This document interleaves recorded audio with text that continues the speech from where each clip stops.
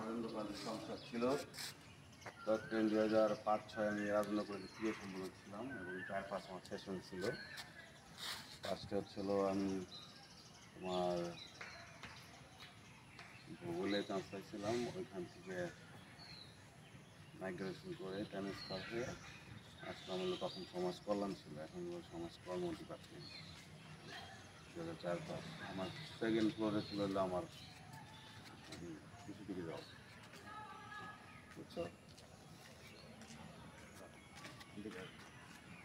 Second ফ্লোরে আমাদের classroom ছিল, ঠিক আছে। শহীদুল্লাহ স্যার ছিল আমাদের ডিপার্টমেন্টের হেড।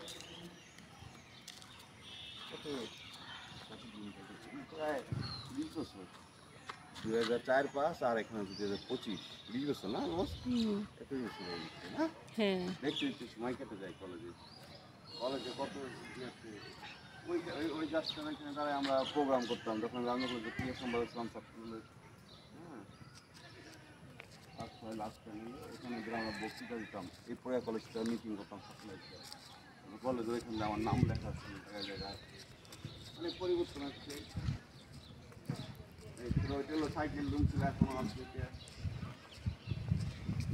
আগের মতোই আছে। অনেক সময় কিছু অনেক সময় কেটে গেছে, 20-21 বছর কেটে গেছে। এখানে আমরা বসে রেস্ট করতাম, বাস এসে এখানে দাঁড়িয়ে থাকতো। দোয়েল শাপলা বাসের নাম ছিল, এই আর কি। তো এটা ছিল আমাদের রাজেন্দ্র বিশ্ববিদ্যালয়,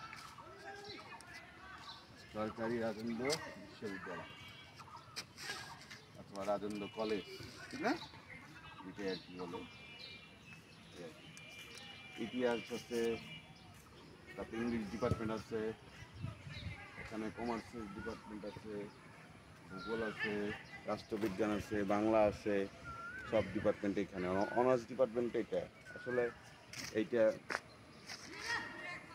গভর্নমেন্টের উচিত ছিল এটা একটা পূর্ণাঙ্গ বিশ্ববিদ্যালয় রূপে ধারণ করার জন্য করা উচিত ছিল। ঠিক আছে, থ্যাংক ইউ, আল্লাহ হাফেজ।